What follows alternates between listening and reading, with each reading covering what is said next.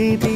ఈ తమ్ముడే తన అక్క కమ్మై లాలించే లాలించే, అక్కకే తను కన్న తండ్రై పాలించే పాలించే.